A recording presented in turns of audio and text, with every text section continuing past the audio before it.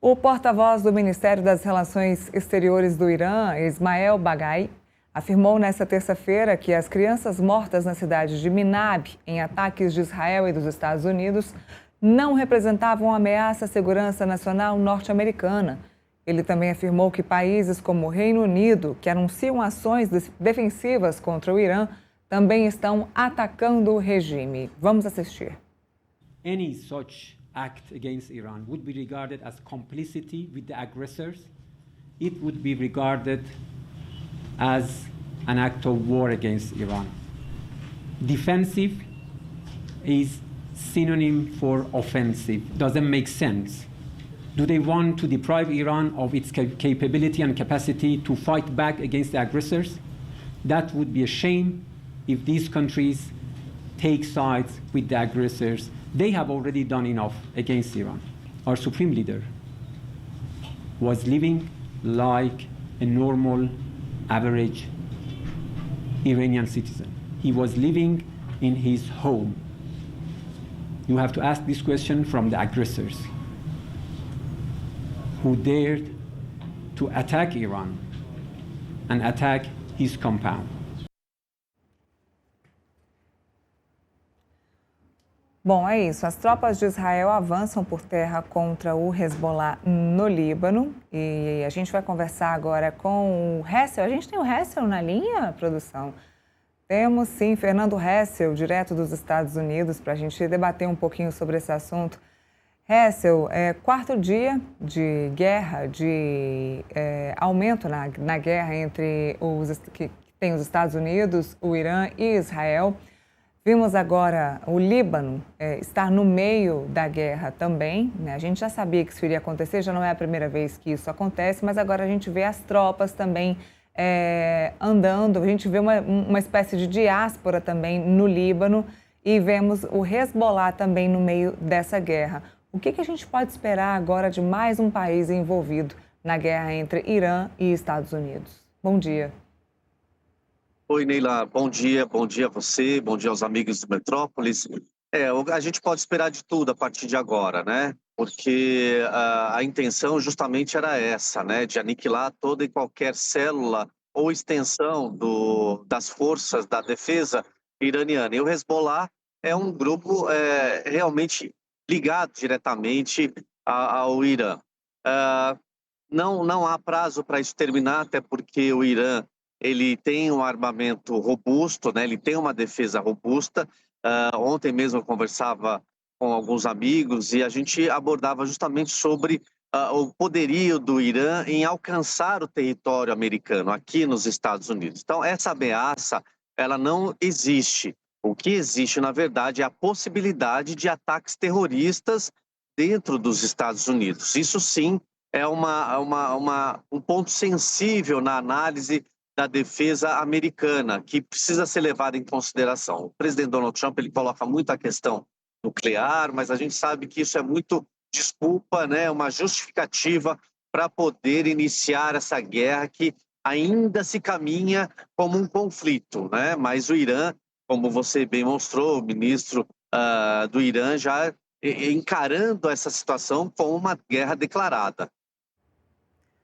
Agora, Donald Trump deu uma declaração também nessa terça-feira falando que a guerra poderia durar eternamente, né? Falou aí, deu uma estimativa de 5 semanas, mas falou que os Estados Unidos têm um poderio bélico para que essa guerra dure ad eterno. Para quem está nos assistindo, Hessel, e não entende bem a respeito de guerra e das motivações da guerra, hoje, qual seria o motivo do Hezbollah e do Líbano estarem ligados a uma guerra que até então a gente tinha Irã e Estados Unidos, Israel, né, ligado aí também a essa guerra? Por que o Líbano agora ligado também a essa guerra? A questão do Líbano é uma questão muito peculiar, né? Então, como eu disse, o Hezbollah é um grupo terrorista, considerado terrorista, ligado diretamente ao Irã, ou seja, é uma extensão das atividades de defesa e terroristas do Irã no Líbano. E eles se estabeleceram ali no sul do Líbano e ali eles ficam numa guerra sem fim com o Israel. Então, Isso já nasce desde muito tempo atrás, já tivemos aí situações de ataques à embaixada dos Estados Unidos em Beirute, então isso um conflito entre Líbano, na verdade não pode nem dizer o Líbano, sim, Hezbollah, porque o Líbano ainda não tem um governo liderado pelo Hezbollah, que se considera hoje um partido. Então, a gente logo imagina que essa guerra entre de Estados Unidos, Israel e Irã, ela vai se desdobrar dessa maneira, porque o Hezbollah faz parte, entre aspas, para quem está nos assistindo, faz parte do exército, vamos assim dizer, do Irã. Da mesma forma, no Iêmen você tem também uma extensão dessa ideologia iraniana lá. Então, muita coisa pode acontecer também a partir de lá. Se bem que nos últimos ataques contra o Iêmen, eles já foram bastante fragilizados. Assim também o Hezbollah. Hezbollah não tem tanta força assim, até por conta dessa briga aí junto com a faixa de Gaza e o exército americano, né, as forças armadas americanas e também de Israel, meio que diminuíram um pouco essa força do Hezbollah ali no sul. Mas é importante dizer que quem começou realmente essa briga ali na divisa no sul do Líbano e Israel foi Israel, mas ali fica difícil a gente avançar porque tem uma questão histórica que é relevante e nunca dá para saber realmente a gente afirmar com o pé junto quem realmente começou ali. Mas já era previsto realmente que Hezbollah fosse participar dessa ofensiva, até pela proximidade geográfica com Israel. Deixa eu colocar na tela Felipe Monteiro para a gente dar primeiro bom dia para ele, para participar também da nossa conversa aqui com o Fernando Hessel. Felipe, muito bom dia. Já estamos começando o nosso programa aqui falando de guerra e de pauta internacional. Estamos conversando aqui com o Fernando Hessel sobre as falas de Donald Trump dessa terça-feira, né, dizendo que o poderio bélico dos Estados Unidos não tem fim. Ele que, inclusive, né, Hessel, disse que Joe Biden acabou dando a maior parte do poderio bélico de ponta para a Ucrânia, mas que ainda assim os Estados Unidos têm um grande poderio bélico para ter guerra aí por um tempo indefinido, indeterminado. E também Donald Trump disse que não é mais tempo de negociar com o Irã, né? Que esse prazo de negociações acabou. Ou seja, Felipe, já vou passar a bola para você, mas é uma pergunta que eu ia fazer, mas nem cabe mais a pergunta. O próprio Donald Trump já responde, né? Já não tem mais o que negociar. É guerra mesmo, né, Hessel? Olha, é importante a gente entender um pouquinho dessa realidade americana e principalmente no que concerne ao presidente Donald Trump. Com certeza ele vai usar esse cenário politicamente para ele. Então, quanto mais ele puder transferir responsabilidades aos democratas, ele vai fazer isso. Então, ele fez com o Joe Biden, ele faz constantemente, né? Atribui os maus feitos a Joe Biden e da mesma forma também a Obama. E ele diz que Obama contribuiu também com essa evolução, né, no acordo nuclear entre Estados Unidos e Irã, que na verdade o Donald Trump diz que Obama não deveria ter nem começado a elaborar esse tratado entre os dois países. Então, isso vira realmente, Neila e Felipe, um palco para ele poder sambar politicamente e poder ganhar projeção junto aos americanos. Ele precisa, na verdade, trabalhar politicamente aqui dentro dos Estados Unidos, até porque nós temos uma eleição de meio termo, né, que é o midterm, e ele precisa usar isso para fazer a campanha para manter, teoricamente, sua hegemonia dentro do Congresso americano, que já está fragilizado, que inclusive até mesmo membros dos republicanos estão votando contrário a algumas ideias de Donald Trump. Mas, voltando, ele vai usar isso realmente para se beneficiar politicamente. Agora, tem substância aquilo que ele fala? Tem fundamento? Isso é uma discussão que a gente tem muita dúvida nesse sentido. Bom, Felipe, deixa eu passar a bola para você. O Hessel, enquanto observador da Casa Branca, sabe muito bem ali os melindres e os caminhos que o Donald Trump costuma responder e fugir também das respostas. Bom dia, Neila. Bom dia, Hessel. Bom dia aos telespectadores. Hessel, a minha dúvida, acho que é a dúvida de todas as pessoas que estão ouvindo a gente aqui nesse momento, né? O Donald Trump falou que não tem mais conversa, não tem mais diálogo, né? Então, quando que, para o Trump e para os Estados Unidos, essa guerra será resolvida? Será com o fim do regime teocrático iraniano? Será com o fim do projeto nuclear?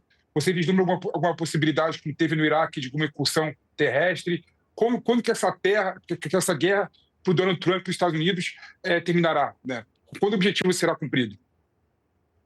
Quando a gente fala, Felipe, de potencial defensivo da defesa, que o Donald Trump chama de war, né, departamento de guerra, ele tem realmente um poderio bélico muito importante para poder levar essa guerra, vamos assim dizer, a longo prazo.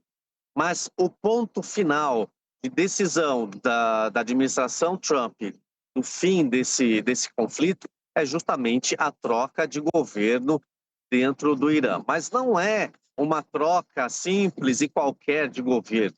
Ele quer, na verdade, colocar uma pessoa de confiança dos Estados Unidos que vá representar também os interesses americanos ali no Irã. E isso é a parte mais complicada dessa análise. Por quê? Porque ele tem realmente uma pessoa, né, um iraniano, que descende do Shah iraniano aqui nos Estados Unidos. Isso não é declarado publicamente, mas todos nós, analistas, repórteres, sabemos dessa preferência. Existe um movimento político do Irã dentro dos Estados Unidos pró a essa sucessão dentro do Irã, mas o fato é que esse candidato que Donald Trump tenta colocar agora no Irã, ele não é aceito pelos iranianos em território do Irã. Então, a gente entende que haverá uma desinstituição, né? uma retirada desse governo, uma tentativa de mudança de regime, mas haverá um segundo momento de aceitação do próprio iraniano desse tal candidato que os Estados Unidos tanto investe e tanto deseja que ingresse ali no governo, na administração, da nova administração do Irã. Bom, Hessel, para a gente finalizar, a questão econômica também é importante, né? Vimos aí um bloqueio no Estreito de Hormuz, que é importante aí para a distribuição de grande parte do petróleo para todo o mundo e também para os Estados Unidos.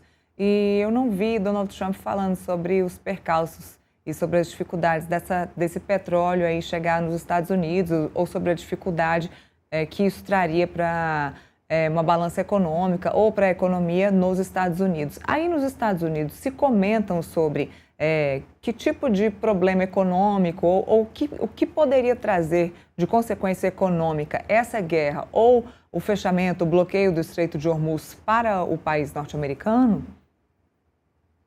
A começar que a grande motivação que eu respondia ao Felipe dessa troca de governo é justamente o interesse econômico dos Estados Unidos, de Donald Trump, com o Irã. A gente tem que entender realmente que o Irã é um país estratégico, ele tem riquezas energéticas no país de interesse dos Estados Unidos.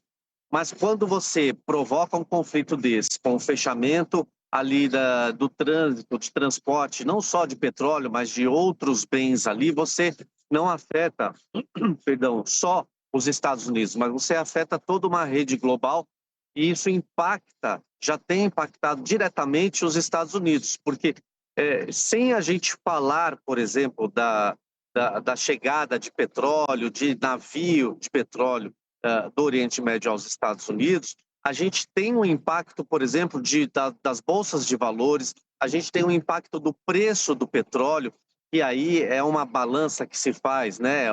Uma equalização mundial, e aí não é só os Estados Unidos que define o preço do petróleo, mas é um conjunto.